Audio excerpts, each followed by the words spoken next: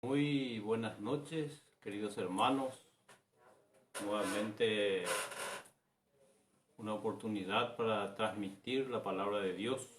Para mí es una honra, es un privilegio, porque de ninguna manera me siento digno de tener este privilegio a través de este medio para transmitir la palabra de Dios. Es una honra, es un privilegio de lo cual no soy digno, pero el Señor en su misericordia me ha redimido, me ha salvado y por su gracia hoy me tiene aquí con el pensamiento de transmitir la palabra de Dios. El tema que quiero compartir con los hermanos de diferentes lugares. Este programa está organizado por la Congregación Evangélica Neotestamentaria de Hernandarias, Paraguay. La finalidad es hacer llegar la palabra de Dios a los hogares de los hermanos, primeramente de Hernandarias y luego todos los hermanos de diferentes lugares que se están conectando, se estarán conectando también. Tengo el privilegio de transmitir la palabra de Dios. El tema de hoy es el tema de la oración, la vida de oración o la oración como una actividad de la iglesia. Anoche un hermano estuvo hablando sobre principios neotestamentarios.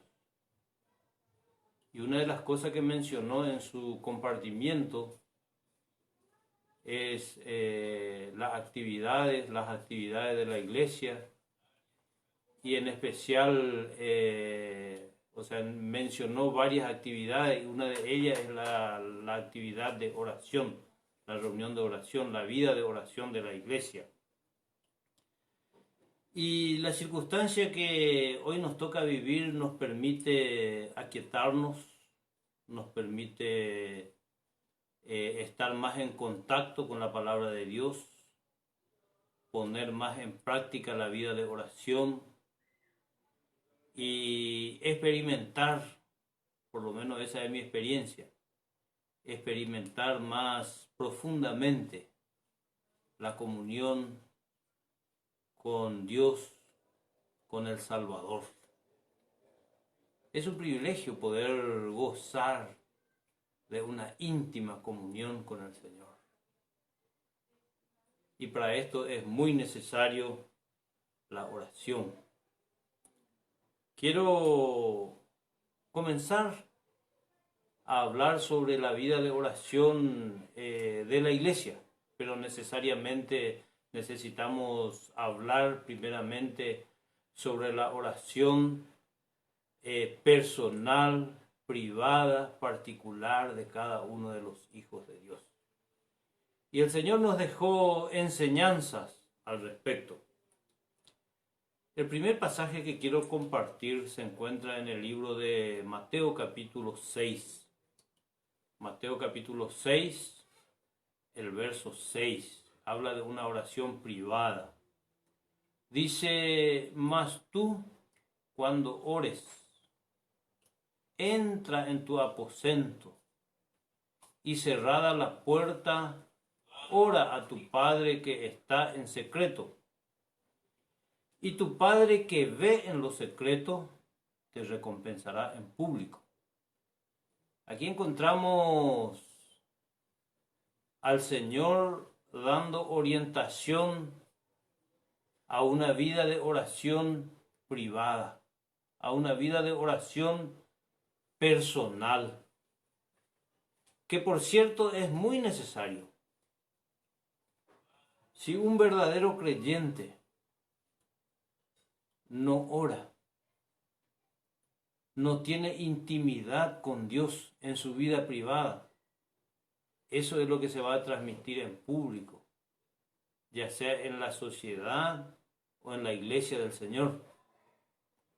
Cuando un verdadero creyente ora o pasa tiempo en la presencia del Señor, el Señor declara que Él recompensará en público.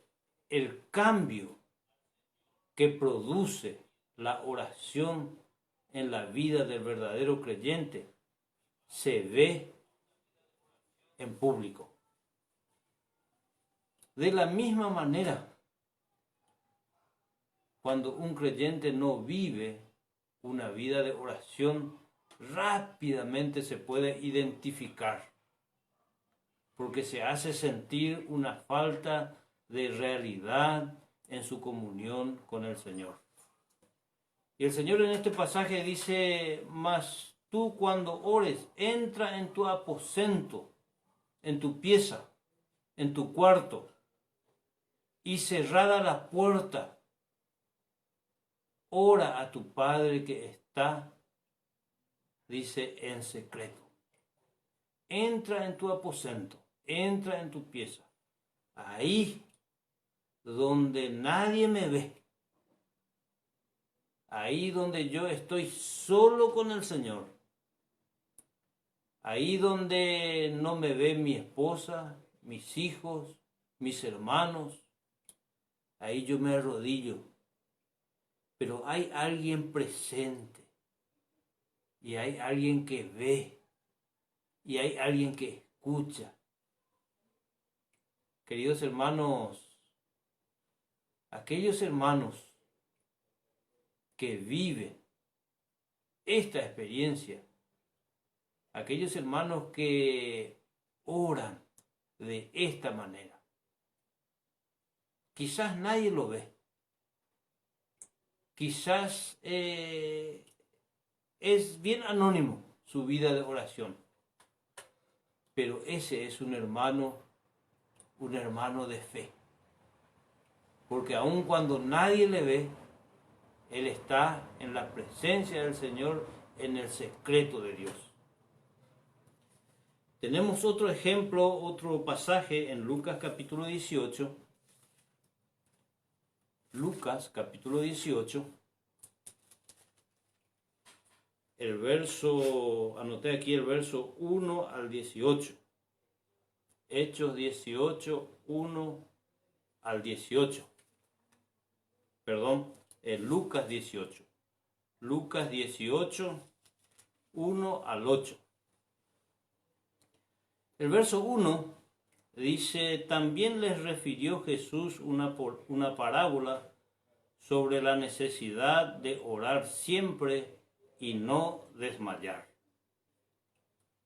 Dice aquí Lucas: también les refirió una parábola sobre la necesidad de orar siempre y no desmayar.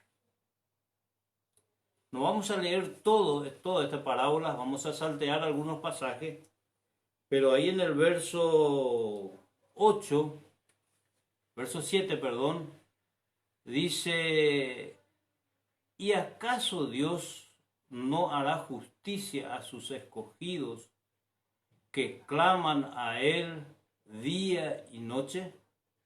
¿Se tardará en responderle? Os digo que pronto les hará justicia.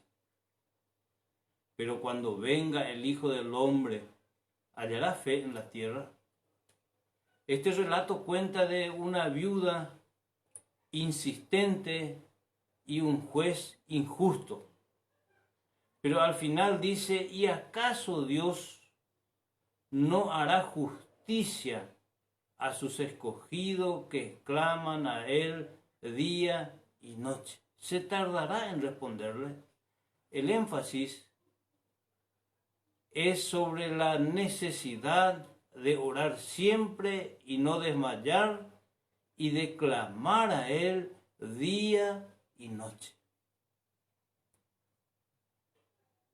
Dice: os digo que pronto les hará justicia. Dicho de otra manera, el Señor siempre está atento a la oración de sus hijos. Aquellos verdaderos creyentes que oran en la dirección del Señor que claman a Él día y noche.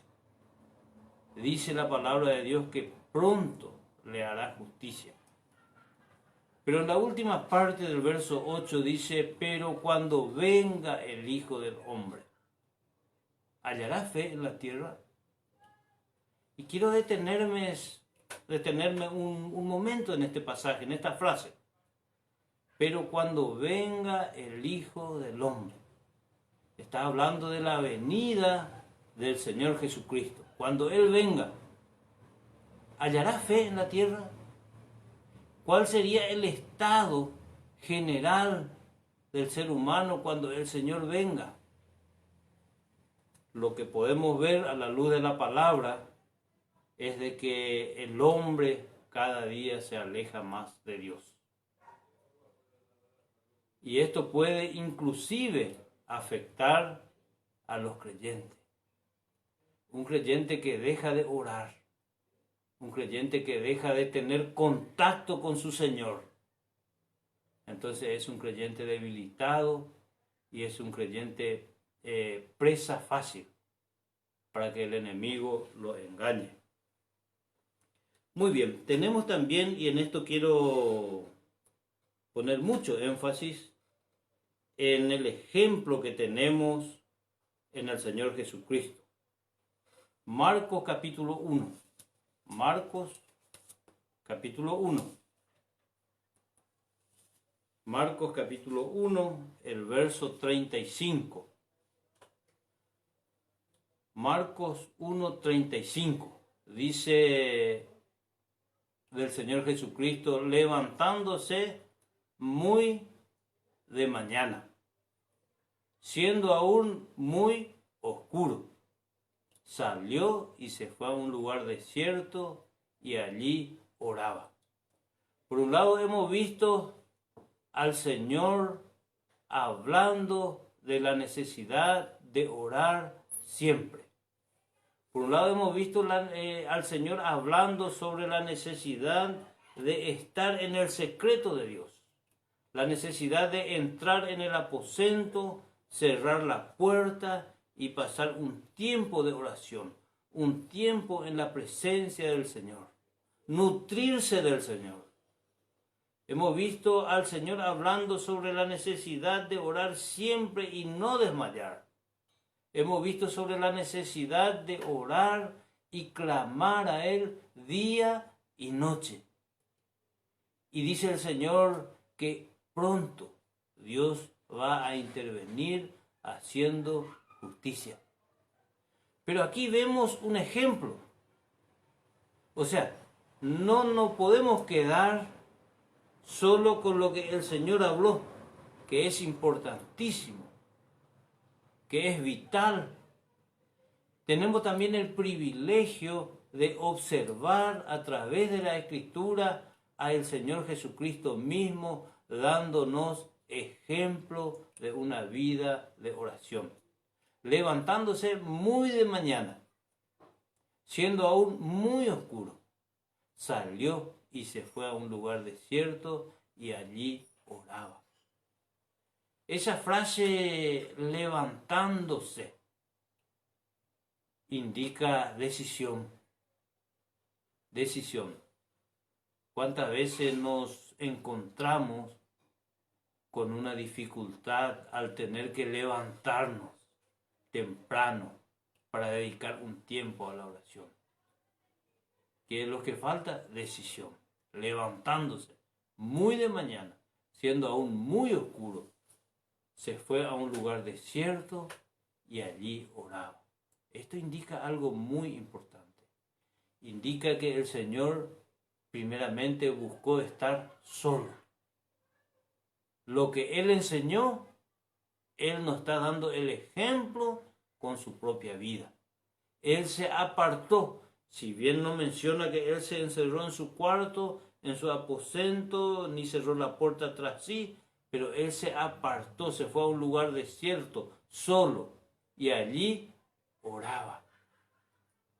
Se apartó, se fue a un lugar desierto y allí oraba. Y el horario me llama la atención. siendo aún muy de mañana, siendo muy de mañana, siendo aún muy oscuro, o sea, temprano.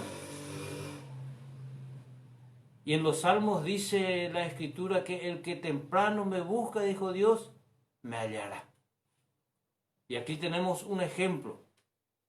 Podemos pensar de esta manera: el Señor Jesucristo, el Hijo de Dios, el Dios hecho hombre, el Verbo que se hizo carne, el Dios todopoderoso, de repente se encuentra en un estado, digamos, por decir así, humano, se hizo hombre, y Él nos da el ejemplo de una vida de oración. En este caso vemos al Señor Jesucristo levantándose muy temprano, siendo aún muy oscuro, salió y se fue a un lugar desierto y allí oraba. No dice cuánto tiempo oraba, pero cuán importante esa actitud de levantarse muy de mañana, siendo aún muy oscuro, en el silencio de la mañana, y ahí arrodillarse en la presencia del Señor y orar al Señor, experimentar estar en la misma presencia de Dios, hasta donde el Señor guíe. Otro pasaje también que quiero leer es en Lucas capítulo 6. Un poquito más adelante, en Lucas capítulo 6, el verso 12.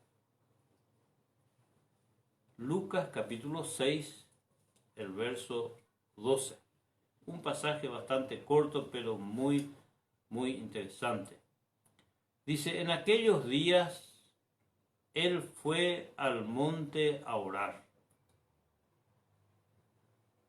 y pasó la noche orando a Dios. O sea, en Marcos hemos leído que él, siendo aún muy de mañana, muy oscuro, se fue a un lugar desierto y allí oraba. Aquí vemos que él se fue a un monte a orar y pasó la noche orando. Este dato es muy importante. Es muy importante esa frase donde dice y pasó la noche orando, considerando lo que a continuación dice, el verso 13. Y cuando era de día, llamó a sus discípulos y escogió a 12 de ellos, a los cuales llamó también apóstoles. ¿Qué decisión tenía en su frente el Señor? ¿Qué decisión tenía a tomar? Él tenía el privilegio, la responsabilidad de apartar a 12 hombres que le iban a acompañar en su ministerio terrenal, hasta su muerte, su sepultura y aún hasta su resurrección y más allá de su resurrección. Él tenía que escoger quiénes eran aquellos hombres que le iban a acompañar en su ministerio. Noche antes, él se pasó la noche orando. ¿Cuántas veces nos toca tomar decisiones en la vida? ¿Cuántas veces nos equivocamos al tomar las decisiones? ¿Por qué? Porque no usamos el mismo procedimiento que usó el Señor. Dedicar tiempo a buscar al Señor. El Señor nos dio el ejemplo de levantarse muy temprano, siendo aún muy oscuro, apartarse al desierto, orar a su Padre. En este caso dice que pasó la noche orando en un monte y luego llega el momento de la decisión y está preparado. ¿No es una enseñanza para nosotros, queridos hermanos, este ejemplo que el Señor nos da ante una inminente decisión, ante una decisión que tenemos que tomar que muchas veces afecta nuestra vida entera? cuán importante es tener esta misma actitud. Consultar con nuestro Padre. Ahora tenemos también los ejemplos de los discípulos en Hechos capítulo 1. En Hechos capítulo 1 tenemos ejemplos de los discípulos. Hechos capítulo 1, el verso 14. Dice, todos estos perseveraban unánime en oración y ruego con las mujeres y con María, la madre de Jesús, y con sus hermanos. Si leemos los pasajes anteriores, el verso 12 y 13, encontramos que se le menciona a los 11 apóstoles, porque Judas ya no estaba. Menciona a estos 11 apóstoles que estaban allí y dice que todos estos perseveraban unánime en oración y en ruego. Perseveraban unánimes. Quiero poner énfasis a esta palabra, a estas dos palabras. Perseverar y unánime. Muchas veces, como dijo un hermano, podemos estar juntos, pero no estar unidos. Y muchas veces, como ocurre hoy en día, no podemos reunirnos, no estamos juntos físicamente, pero podemos estar perfectamente unidos en el Señor. En este caso, dice que todos estos apóstoles, todos estos perseveraban en oración, unánime en oración y ruego. Ahora quiero ir un poco más adelante en el capítulo 2. En el capítulo 2, el verso 41 y el verso 42. Hechos capítulo 2, el verso 41 y el verso 42. Dice, así que los que recibieron su palabra fueron bautizados y se añadieron aquel día como 3,000 personas y perseveraban en la doctrina de los apóstoles, en la comunión unos con otros, en el partimiento del pan y en las oraciones. Aquí ya no son solo los apóstoles. Aquí ya hay un avance. Aquí ya pasó el tiempo. Ya pasó el tiempo de Pentecostés. Ya el Espíritu Santo descendió.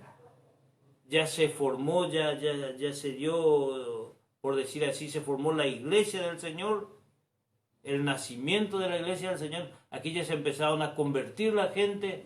Y dice, aquí, así que los que recibieron su palabra fueron bautizados y se añadieron aquel día como 3,000 personas, y estas 3,000 personas perseveraban en la doctrina de los apóstoles, en la comunión unos con otros, en el partimiento del pan y en las oraciones.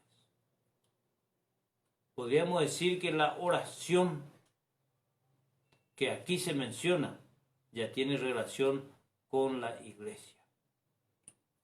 Hemos hablado y hemos mencionado cómo el Señor habló y enseñó sobre la necesidad de una vida de oración. Cómo el Señor nos dio el ejemplo de una vida de oración. En qué momento, de qué manera el Señor se dedicaba a orar. Cuánto tiempo, dice que pasó una noche orando. Y aquí luego vemos a los apóstoles siguiendo el mismo ejemplo, que perseveraban unánimes en oración y ruego. Y aquí vemos a más de 3,000 personas que habían recibido la palabra de Dios y que eran instruidos, ellos participaban en la comunión unos con otros, en el partimiento del pan y en las oraciones, desde su conversión. Desde su conversión, el verdadero creyente necesita esta vida de oración, este tiempo de oración. Podríamos llamarle un tiempo devocional, en donde yo me aparto con la palabra de Dios, en un lugar tranquilo y me dedico a orar al Padre y a meditar en su santa palabra. Qué importante es eso. Eso contribuye para el desarrollo y el crecimiento del creyente. Porque la voluntad de Dios es que todo verdadero creyente crezcamos espiritualmente. Que no quedemos ni niños, ni como dijo un hermano, ni adolescente espiritual, sino que crezcamos y lleguemos a la madurez espiritual. Entonces es tan importante, queridos hermanos, el tiempo de oración, en este caso como iglesia. Ahora podemos ver que en la iglesia primitiva, allá en el inicio de la iglesia, ya era costumbre, o sea, se implementó esta actividad en la iglesia. Vamos a leer un pasaje en el capítulo 4 de los Hechos, capítulo 4, el verso 23 y 24. Hechos capítulo 4, el verso 23 y el 24. Dice así: puesto en libertad, está hablando de algunos apóstoles, vinieron a los suyos y contaron todo lo que los principales sacerdotes y los ancianos habían dicho. Y ellos, habiendo oído, alzaron unánime la voz a Dios y dijeron: Soberano Señor, tú eres el Dios que hiciste el cielo y la tierra, el mar y todo lo que en ello hay. Y sigue la oración. Y en el verso 31 dice: y cuando hubieron orado, el lugar en que estaban congregados tembló. Y todos fueron llenos del Espíritu Santo y hablaban con denuedo la palabra de Dios.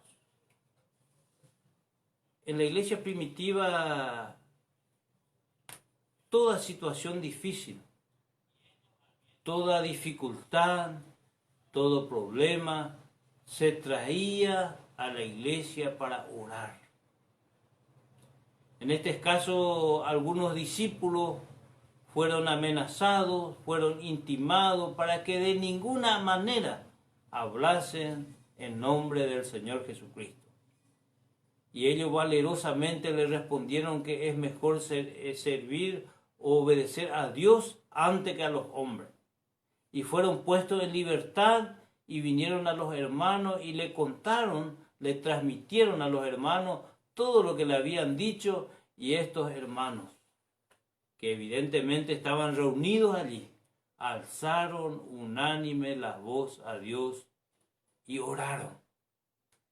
Oraron de una manera tan profunda, por decir así, tan real, rogando al Señor que a pesar de las amenazas, a pesar de la dificultad, a pesar de los problemas, que ellos pudieran hablar decididamente de la palabra de Dios. Y cuando hubieron orado, dice que el lugar en donde estaban congregados tembló. Y todos fueron llenos del Espíritu Santo y hablaban con denuedo la palabra de Dios. Una situación difícil traída a la iglesia. Este es el modelo que pretendemos o procuramos seguir. La iglesia está compuesto de aquellas personas que han entregado su vida a Cristo y en cuyo corazón mora el Espíritu Santo. Aquellas personas que han recibido a Cristo como su Salvador, que han creído en Cristo. Somos parte de la iglesia de Dios y tenemos el privilegio de traer a la presencia de Dios en oración cualquier situación. Cualquier situación que nos toca vivir, podemos nosotros traer a la iglesia a orar. En el capítulo 12 del mismo libro de los Hechos, Hechos capítulo 12, el verso 1 al 5, dice así: en aquel mismo tiempo el rey Herodes echó manos a algunos de la iglesia para maltratarle, y mató a espada a Jacobo, hermano de Juan. Y viendo que esto había agradado a los judíos, procedió a prender también a Pedro.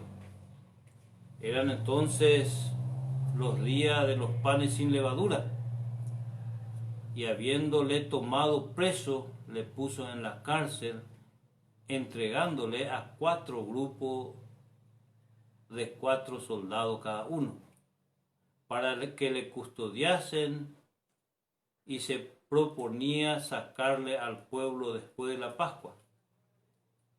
Así que Pedro estaba custodiado en la cárcel, pero la iglesia hacía sin cesar oración a Dios por él. Aquí vemos un cuadro un poco difícil. Un rey, el rey Herodes, prendió, echó mano a algunos de los discípulos del Señor para maltratarle, y se proponía sacarles después de la Pascua. Y toda esta situación difícil que estaba viviendo Pedro, esto movió a la iglesia, y dice que la iglesia hacía sin cesar oración a Dios por él. Otra situación difícil o otra dificultad en donde la iglesia tiene el privilegio de llevar a su Padre en oración. Muchas veces creemos que la oración no es tan importante. Muchas veces para nosotros es más fácil resolver nuestra situación o la dificultad según nuestro propio criterio. Pero Dios tiene sus métodos, su forma de obrar. Dios tiene sus planes, sus propósitos. En este caso, Pedro fue arrestado y estaba él custodiado con 4 grupos de 4 soldados, y él atado los pies al cepo, dice la Escritura, y la iglesia usó el recurso que tenía a su alcance. Ahora, quiero avanzar un poco más referente a la oración como actividad de la iglesia. Vamos a Mateo capítulo 18. Mateo capítulo 18, el verso 20. Hay un pasaje que nos señala algo muy importante. Mateo 18, capítulo 18, el verso 20 dice: porque donde están 2 o 3 congregados en mi nombre, allí estoy yo en medio de ellos. Hay una declaración del Señor. El Señor dice: donde 2 o 3 están congregados en su nombre, Él promete su presencia. Y la iglesia se compone a partir de 2 o 3 hermanos en comunión, o 2 o 3 personas que han entregado su vida a Cristo. 2 o 3 personas que se reúnen en el nombre del Señor, ahí está la iglesia. Y la presencia del Señor está garantizada. Porque donde están 2 o 3 congregados en mi nombre, allí estoy yo en medio de ellos. Vamos a leer otro pasaje. Efesios capítulo 5. Vamos a entrar en la carta del apóstol Pablo, Efesios capítulo 5. Hay un pasaje interesante allí. Efesios capítulo 5. Podemos leer el verso Efesios 5:23. Dice: porque el marido es cabeza de la mujer, así como Cristo es cabeza de la iglesia, la cual es su cuerpo, y Él es su Salvador. Esa frase, así como Cristo es cabeza de la iglesia, la cual es su cuerpo, y Él es su Salvador. Leímos en el Evangelio de Mateo que donde están 2 o 3 congregados en el nombre del Señor, el Señor mismo promete su presencia. Y aquí vemos de que Cristo es cabeza de la iglesia, la cual es su cuerpo. Nosotros somos el cuerpo de Cristo. Cristo es la cabeza. A Él le debemos sumisión. A Él le debemos traer todas nuestras inquietudes, nuestras dificultades. A Él podemos consultar por dirección, por sabiduría, por cómo hacer los trabajos. Qué importante es entender que nosotros los verdaderos creyentes somos el cuerpo de Cristo. Cristo es la cabeza. Él es el que guía o el que debe guiar. Él es el que debe marcar el rumbo a seguir. Nosotros como hijos suyos nos sometemos, nos reunimos, así seamos 2 o 3, nos reunimos en oración, consultamos con la cabeza. ¿Qué tenemos que hacer? Recibimos del Señor la dirección y la capacidad dada por el Espíritu Santo para hacer aquello que está dentro de su voluntad. Así como una situación difícil se lleva a la iglesia y la iglesia ora por esta situación y el Señor se puede manifestar y revertir cualquier situación, de la misma manera para cualquier actividad de la iglesia, para cualquier servicio, para cualquier cosa que uno quiere hacer dentro de la obra del Señor, uno lleva a la iglesia. Busca la dirección de la cabeza, recibe la dirección de la cabeza y uno con la capacidad dada por Dios hace aquello que Él cree, aquello que es de su voluntad. Aquí dice que Cristo es la cabeza de la iglesia, la cual es su cuerpo y Él es su Salvador. En el capítulo 4 de Efesios también, en el capítulo 4, el verso 15 y 16, dice: sino que siguiendo la verdad en amor, crezcamos en todo en aquel que es la cabeza, esto es Cristo, de quien todo el cuerpo, bien concertado y unido entre sí por todas las coyunturas que se ayudan mutuamente, según la actividad propia de cada miembro, recibe su crecimiento para ir edificándose en amor. Quiero señalar que en el verso 15 dice: crezcamos en todo en aquel que es la cabeza, esto es Cristo. Sino que siguiendo la verdad, en amor, crezcamos en todo en aquel que es la cabeza, esto es Cristo. Queridos hermanos, quiero entender que todo crecimiento depende de nuestra comunión íntima con el Señor.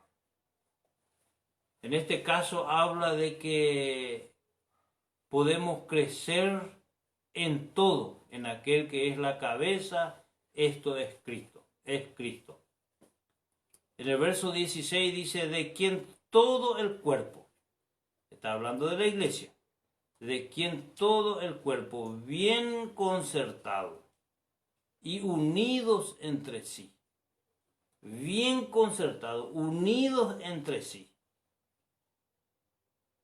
por todas las coyunturas que se ayudan mutuamente, según la actividad propia de cada miembro, recibe su crecimiento para ir edificándose en amor. Qué importante es entender la función de la cabeza, que es Cristo. Dice que en Cristo podemos crecer. Crezcamos en todo en aquel que es la cabeza, esto es Cristo, de quien todo el cuerpo bien concertado y unidos entre sí. Queridos hermanos, podríamos decir de que al analizar nuestras vidas, ya sea personal o congregacional, muchas veces podemos tropezar con una dificultad de que no estamos plenamente unidos con la cabeza. ¿Cuántas veces en nuestra forma de servir al Señor prevalece más mi criterio, mi voluntad, mi deseo? Y no dependemos del Señor. Sin embargo, Cristo es la cabeza de la iglesia. Podríamos usar otro término. Podríamos decir de que Cristo es el cerebro, es el ideólogo, es el que sabe cómo llevar adelante a la iglesia, porque Él es la cabeza y nosotros somos su cuerpo. Pero ¿cuánto estamos dispuestos a depender de la cabeza, a someternos a la cabeza? En todas las escrituras, en todas las cartas, especialmente el apóstol Pablo, vemos claramente que el Señor es el que debe guiar las actividades de la iglesia. Él como cabeza es el que debe dar la sabiduría, el poder. Pero podemos descubrir con nuestra vida, con nuestras actitudes, de que muchas veces nuestra confianza no es plena en el Señor. Muchas veces confiamos más en nosotros y no creemos que el Señor puede edificar a su iglesia. Quiera Dios que estos pasajes alumbren nuestro entendimiento. Estamos viviendo, hermanos, tiempos difíciles en donde hay vientos de doctrinas. Hay muchas doctrinas falsas, muchas enseñanzas falsas. Y si nosotros no conocemos la importancia que tiene la oración en la vida de la iglesia, la oración, la dependencia, la búsqueda del Señor para llevar adelante cualquier tipo de actividad, si no conocemos, si no utilizamos ese recurso, lo más probable es que experimentemos un fracaso, una derrota. Puede ser en la vida personal, puede ser también como congregación. Si no dependemos del Señor, si no llevamos una vida de oración, una vida de dependencia, una vida de búsqueda del Señor, entonces lo más probable es que experimentemos la derrota. Porque Dios es el que puede llevarnos de victoria en victoria. Dios es el que puede guiarnos en cualquier cosa que sirvamos al Señor. Dios es el que puede guiarnos, el que puede capacitarnos, el que puede darnos sabiduría para hacer eficientemente aquel trabajo. En estos días, por la gracia del Señor, estoy viendo la necesidad de dedicar más tiempo a la oración y a la lectura de la palabra también. Ahora no nos estamos reuniendo, pero cuando Dios ponga la mano y termine toda esta situación, entonces vamos a volvernos a reunir. Quiera Dios que aquel encuentro, si Dios no viene antes, aquel encuentro, aquella reunión nuevamente de la iglesia del Señor pueda ser vibrante, resultado de haber pasado tiempo en oración con el Señor. Si somos verdaderos creyentes y el Señor nos está llevando a través de esta circunstancia a una vida de oración, una vida de experiencia, de comunión con el Señor, cuando nos toca la oportunidad de reunirnos, nos vamos a alegrar en gran manera. Y vamos a experimentar la presencia del Señor. Y vamos a regocijarnos. Y vamos a contar nuestra experiencia. Hermano, mi deseo al hablar sobre esta necesidad de una vida de oración, primeramente en privado, luego como actividad de la iglesia.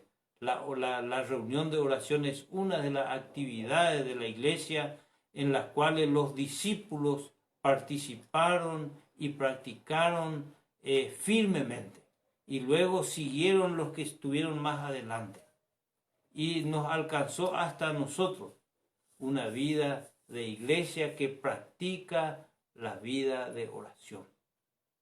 Entonces quiero dejarles con este pequeño mensaje y que el Señor nos guíe a vivir una vida de oración, una vida de comunión con el Señor. Que el Señor bendiga su palabra.